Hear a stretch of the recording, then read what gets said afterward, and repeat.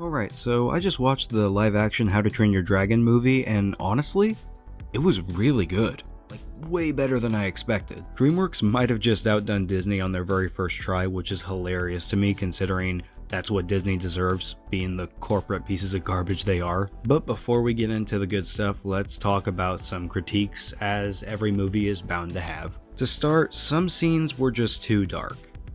No, I'm not talking emotionally, I'm talking literally, like the opening especially. I could barely see what was going on, and luckily the lighting got better as the movie progressed and went on, but it was a bit of a rough start visually speaking. And then we've got a pretty common complaint about the movie, Astrid, played by Nico Parker, not having blonde hair. Look, I just want to say first and foremost, she was very good in the role and did good emotionally with a solid performance and pretty believable reactions. But yeah, I gotta agree, not having her blonde was a little distracting, especially considering the original Astrid's look was pretty iconic. You know, you got the light blonde hair and blue and white tones, and her dragon matched that color scheme, so it's not the end of the world, but I do wish they stuck closer to that visually, as it is part of her visual identity, but still, she did phenomenal. This one kind of hurt me, man, I'm not gonna lie. Gobber, played by Nick Frost, just didn't hit the same as he did in the original. In the original animated one, Gobber was hilarious and honestly the best character of the entire series. But he also had this heart to his character, and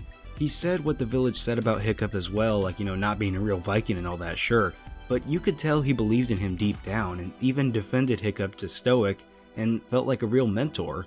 This time around he kinda does that, but it doesn't really feel that genuine, and he doesn't have the same charm. He kind of lacks the charm that he did in the original. And he's just not really that funny in this one like he was in the original. Now let's talk about the twins.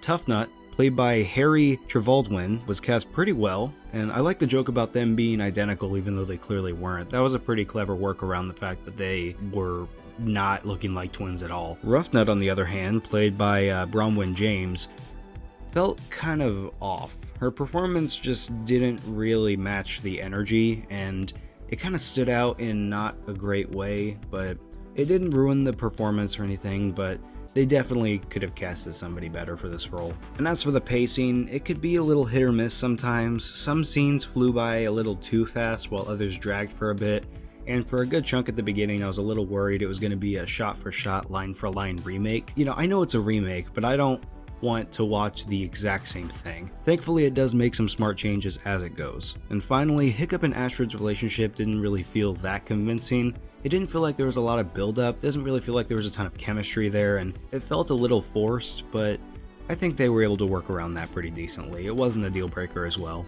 Alright, now let's get into the good stuff, because there is a lot. First and foremost, let's talk about the mascot of this entire franchise.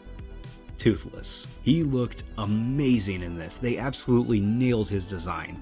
He doesn't feel too cartoony or too hyper-realistic Disney. He's the perfect in-between. Still expressive, still adorable, and still quite a badass. I was really happy with how they handled him and his character design. And of course, if we're going to talk about Toothless, we got to talk about Hiccup. Mason Thames as Hiccup was a phenomenal choice.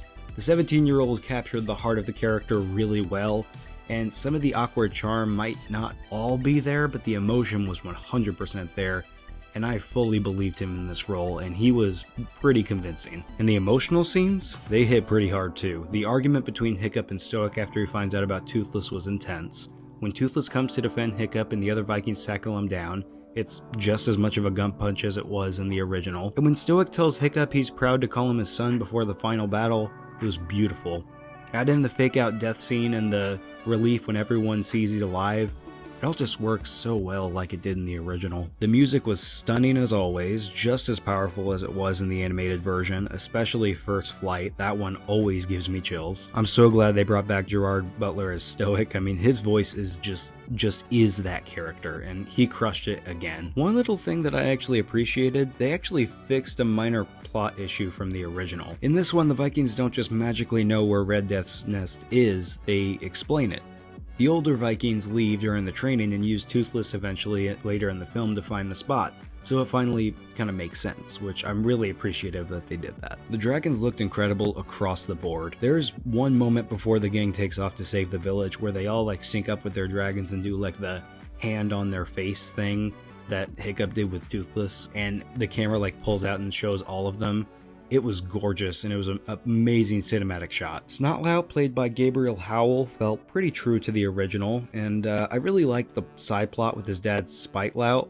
It added some depth, and you realize he's not just a jerk and he's just trying to win his father's approval. It made him more human, and I really appreciated that. Fishlegs, played by Julian Dennison, was not really as memorable or charming as the original, but he was still pretty enjoyable in small doses at times. I really appreciated him and keeping his love for dragons and his knowledge of statistics and all that stuff. All in all, this was a really strong adaptation. Of course it wasn't perfect, but it stayed true to the heart of the story while making a few minor changes, and welcoming changes for that. And look, I gotta say this, and I'm really happy I get to say this, DreamWorks just embarrassed Disney pretty bad. Let's be honest, the only Disney live-action remakes that were good was, like, Lilo and Stitch was like the only one that was like good, which I plan to review, and Jungle Book was okay.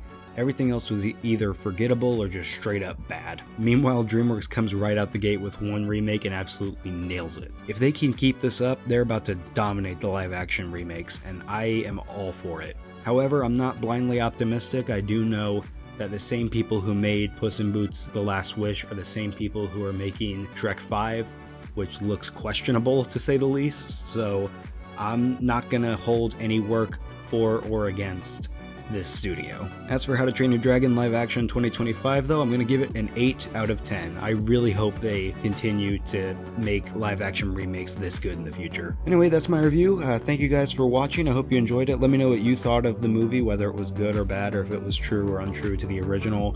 What other movies you want to see me do? Like, comment, and subscribe. Watch out for my podcasts and all that stuff. Keep an eye out. And everything else. So I'll see you guys in the next one. Take it easy, and bye-bye.